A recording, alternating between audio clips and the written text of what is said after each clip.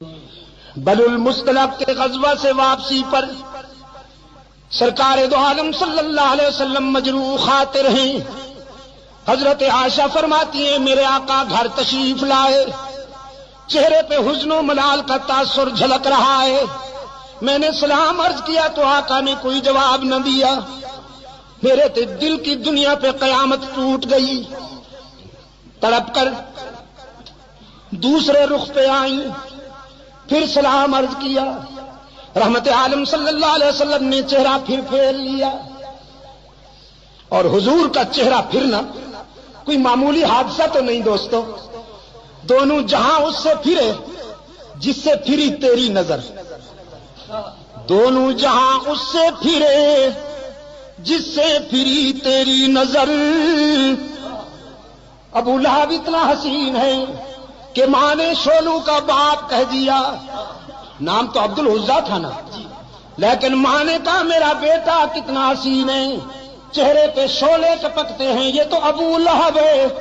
لیکن محمد نے نگاہیں پھیر لی، ابو لہب جہنم کا ایندھن بن گیا، اور بلال حبشے کا سیاہ فام تھا، رحمت للعالمین کی نظر میں جچ گیا۔ فرش پہ چلتا ہے تو جوتے کی آواز عرش پہ سنائی دیتی ہے۔ دونوں جہاں اس سے پھرے جس سے پھری تیری نظر، اور جسے دیکھا اسے دونوں جہاں دیکھا کیے۔ صدیقہ کائنات رضی اللہ تعالی عنہ افسردہ ہو کر اجازت لے کر اپنے باپ کے گھر آئیں، صدیق اکبر کے گھر آئیں، یہ سوچتے ہوئے کہ ماں کو درد دل سناؤں گی، باپ کے سامنے آنسو بہاؤں گی، لیکن فرماتی ہیں گھر پہنچی تو ماں بھی آنسو میں ڈوبی ہوئی ہے، باپ بھی قرآن کی تلاوت کرتے ہیں اور زار و قطار رو رہے ہیں۔ میری تو سمجھ میں کچھ نہیں آ رہا تھا۔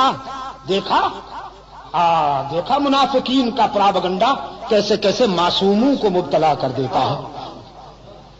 فرماتی ہیں سمجھ میں کچھ نہیں آ رہا تھا کہ میرے گھر کیا قیامت ٹوٹ گئی۔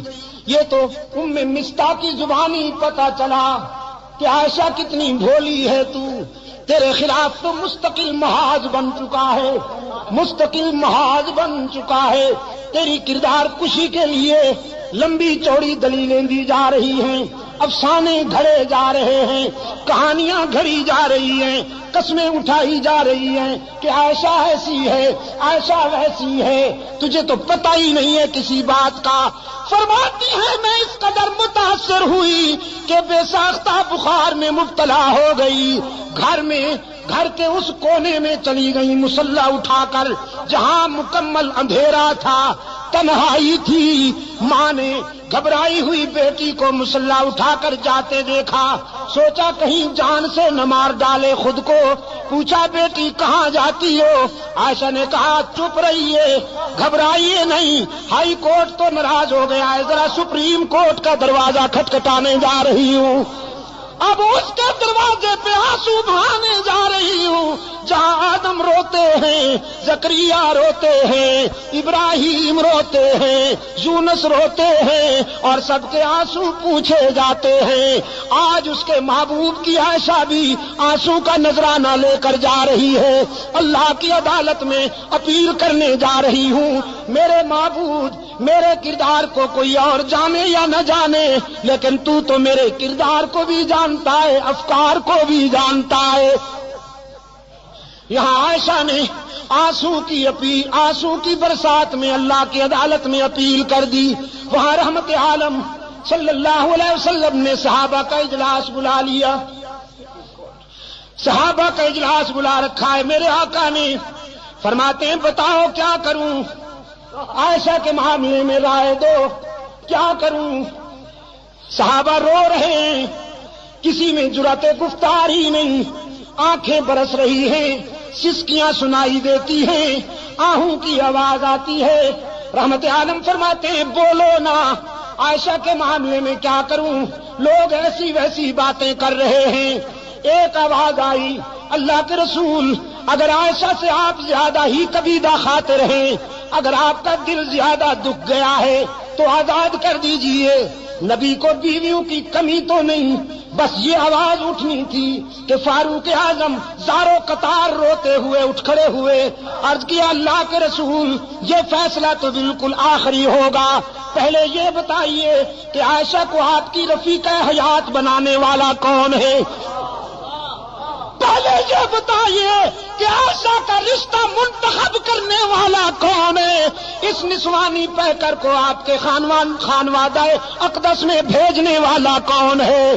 پہلے یہ ہمیں بتائیے، ہم اس سے پوچھیں گے کہ تم نے کس کے لیے کون سا رشتہ منتخب کیا تھا؟ رسول کی انگلی آسمان کی طرف اٹھ گئی، اللہ کے رسول کے خاموش کنارے نے، خاموش اشارے نے بلاغت کے دریا بہا دیے، فصاحت کے سمندر موجزن کر دیے۔ رسول کی انگلی آسمان کی طرف اٹھی، فاروق کی تلوار نیام سے نکل آئی، عرض کیا اللہ کے رسول جس نے عائشہ کو آپ کے گھر میں آپ کی بیوی بنا کر بھیجا ہے، آپ کے گھر سے نکالنے کا اختیار بھی اسی کو ہے، عائشہ پر تنقید کرنے والوں کو میری تلوار کے حوالے کر دیجئے، ان سے میری تلوار نمٹے گی، انہیں تو میں سمجھوں گا۔ رحمت عالم صلی اللہ علیہ وسلم کی آنکھوں میں آنسو تھے، لبوں پہ مسکراہٹ چمک گئی، فرمایا جزاک اللہ ابن خطاب، جزاک اللہ، تو نے میرے دل کی گرانیاں دور کر دی، تو نے میرے ذہن کی گرانیاں دور کر دی، جزاک اللہ میرے عمر۔ بس فیصلہ وہیں سے ہوگا، اب میں بھی اسی کے فیصلے کا منتظر ہوں، تم بھی اسی کے فیصلے کا انتظار کرو، ہم سب اللہ کے فیصلے کے منتظر ہوں گے۔ یہاں سے نعرہ تکبیر، نعرہ تکبیر، اسلامی انقلاب، شان صحابہ، شان صحابہ، مولانا عبد المجید شاہ ندیم، مولانا ضیاء الرحمان فاروقی، حضرت مولانا محمد ایوب جان بنوری، چترال کے غیور عوام، مجاہدین افغانستان، ہم سب اللہ کے فیصلے کا انتظار کریں گے۔ میرے آقا یہاں سے اٹھے اور چترال کے روشن ضمیروں، جانتے ہو کہاں پہنچے؟ ایک گھر بڑا خوش نصیب ہے، ایک گھرانہ بڑا خوش نصیب ہے، ساری کائنات رسول کے قدموں میں اور رسول ابو بکر کے دروازے پر، صدیق اکبر کے دروازے پہ دستک ہوئی، دروازہ کھٹکھٹایا گیا، حضرت عائشہ کی غمزدہ ماں نے ڈوبی ہوئی آواز میں پوچھا من بالباب، کون ہے؟ ہمارا دروازہ کھٹکھٹانے والا کون ہے؟ بس چھوڑ دو ہمیں اپنے حال پر، ہمیں کیوں ستاتے ہو، ہمیں کیوں تڑپاتے ہو، ہمیں اپنے حال پہ رہنے دو۔ باہر سے کوثر و تسنیم میں دھلی ہوئی آواز بلند ہوئی، ابو بکر کے گھر والوں دروازہ کھولو نا، تمہارے دروازے پہ آسمان رسالت کا سراج منیر آیا ہے، عبداللہ کا یتیم آیا ہے، محمد عربی آئے ہیں، دوڑتی ہوئی آئی ہے۔ حضرت عائشہ کی والدہ دروازہ کھولا، رحمت عالم صلی اللہ علیہ وسلم کو دروازے پہ موجود پایا، عرض کیا اللہ کے رسول آپ، صبح صادق طلوع ہو گئی، شام غم کو سویرا مل گیا۔ رحمت عالم صلی اللہ علیہ وسلم نے فرمایا باقی باتیں بعد میں، پہلے یہ بتاؤ میری عائشہ کہاں ہے؟ عائشہ کہاں ہے؟ اور حضرت عائشہ فرماتی ہیں میں اپنی والدہ اور اپنے آقا کے الفاظ سن رہی ہوں، میرے دل نے تقاضا کیا کہ اٹھوں اور دامن رسول سے چمٹ کر جی بھر کے رو لوں، سارے دل کا بوجھ اتار دوں، لیکن پھر میرے ضمیر نے میرے قدم روک لیے۔ کہاں جاتی ہو؟ جس کی عدالت میں اپیل کی ہے ذرا وہاں سے فیصلہ تو ہو لینے دو، اس کی عدالت کو چھوڑ کر یہ سچ ہے کہ آج تیرے در پہ تیرا محبوب آیا ہے، لیکن اس عدالت کو چھوڑ کر کہاں جاؤ گی؟ ماں نے عرض کیا اللہ کے رسول میری بیٹی تو اسی دن سے آنسو میں ڈوب چکی ہے، بولتی بھی نہیں، کسی بات کا جواب بھی نہیں دیتی، مصلی پہ سجدے میں روتی رہتی ہے۔ رحمت عالم صلی اللہ علیہ وسلم قریب آئے، عرض فرمانے لگے عائشہ آج اپنی صفائی میں جو کچھ کہنا چاہتی ہو کہو، سننے کے لیے آیا ہوں۔ حضرت عائشہ فرماتی ہیں میرے آقا اشکو بسی و حزنی اللہ، آج میرا وہی حال ہے جو ابو یوسف کا تھا۔ فرماتی ہیں میرے غم و حزن کا یہ عالم کہ یعقوب علیہ السلام کا نام ہی بھول گیا، ابو یوسف کہہ کر گزارا کیا۔ آقا میں آج کیا کہوں بھی تو لوگ نہیں مانیں گے، جو کچھ کہنا چاہتی تھی علیم بذات الصدور کو کہہ بیٹھی ہوں اور اسی کے فیصلے کی انتظار کر رہی ہوں۔ وہ یوسف پر الزام کی صفائی دینے والا ہے، وہ موسیٰ پر الزام کی صفائی دینے والا ہے، وہ عیسیٰ پر حضرت مریم پر لگائے جانے والے الزام کی برات کرنے والا ہے۔ آج ابو بکر کی بیٹی بھی اسی کے دروازے پہ رو رہی ہے، میں نے جو کچھ کہنا تھا اسی کو کہہ بیٹھی ہوں۔ رحمت عالم نے فرمایا عائشہ میں بھی اسی کے فیصلے کا منتظر ہوں، اس لیے کہ تیرے بیٹے نے تیری مثل سپریم کورٹ میں بھیج دی تھی، عمر نے تیرا کیس اللہ کی عدالت میں بھیج دیا ہے، میں بھی اسی کے فیصلے کا منتظر ہوں۔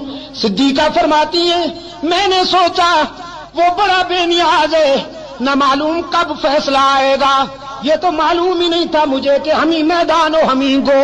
حضور بیٹھے، چہرے پر وہ پسینے کی بوندیں چمکنے لگی جو وحی کے وقت ہوا کرتی تھی، چادر اوڑھ لی اور جسد اطہر پر وہ کپ کپی طاری ہو گئی جو وحی کے وقت ہوا کرتی تھی۔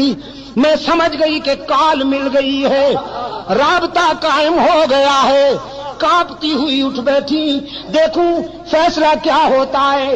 ماں بھی قریب آ بیٹھی ہے۔ رحمت عالم صلی اللہ علیہ وسلم پر کچھ دیر وحی کی کیفیت طاری رہی، پھر حضور نے چہرہ اطہر سے چادر اٹھائی۔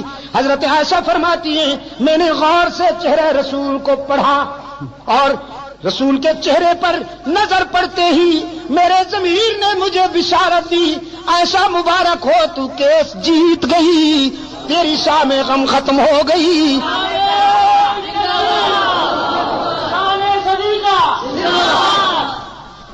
اس لیے کہ رحمت عالم صلی اللہ علیہ وسلم کے چہرے پر غم و حزن کے آثار غائب تھے، راحت و مسرت کا سویرا چمک رہا تھا۔ چادر ہٹاتے ہی رحمت عالم صلی اللہ علیہ وسلم نے فرمایا عائشہ مبارکباد دیتا ہوں، او صدیق کی بیٹی، تیرے مقدر کا کون مقابلہ کرے کہ موسیٰ پر الزام لگے تو ایک عورت وکیل صفائی بنتی ہے، یوسف پر الزام لگے تو ایک لڑکا وکیل صفائی بنتا ہے، مریم پر الزام لگے تو عیسیٰ بچہ وکیل صفائی بنتا ہے، لیکن ابو بکر کی بیٹی یہ تیرا مقدر ہے کہ جب منافقین نے تجھ پر تنقید کی تو خود رب العالمین وکیل صفائی بن گیا، خود رب نے تیرے کیس میں وکالت کی ہے۔ اور قرآن اترا الخبیثات للخبیثین والخبیثون للخبیثات والطیبات للطیبین والطیبون للطیبات اولئک مبرؤون مما یقولون لهم مغفرۃ ورزق کریم۔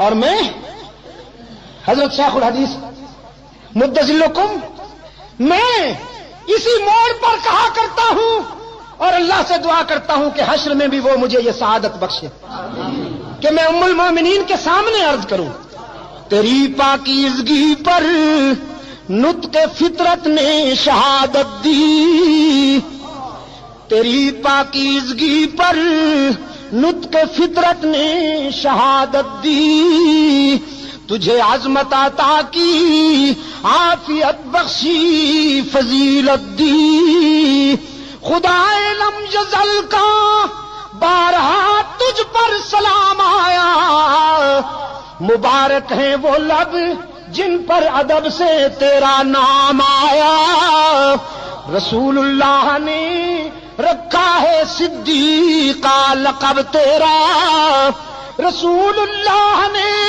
رکھا ہے صدیق کا لقب تیرا، فقط فرشی نہیں عرشی بھی کرتے ہیں ادب تیرا، فقط فرشی نہیں عرشی بھی کرتے ہیں ادب تیرا، اور شرف تیرے دوپٹے نے یہ جنگ بدر میں پایا، اسے پرچم بنا کر رحمت عالم نے لہرایا،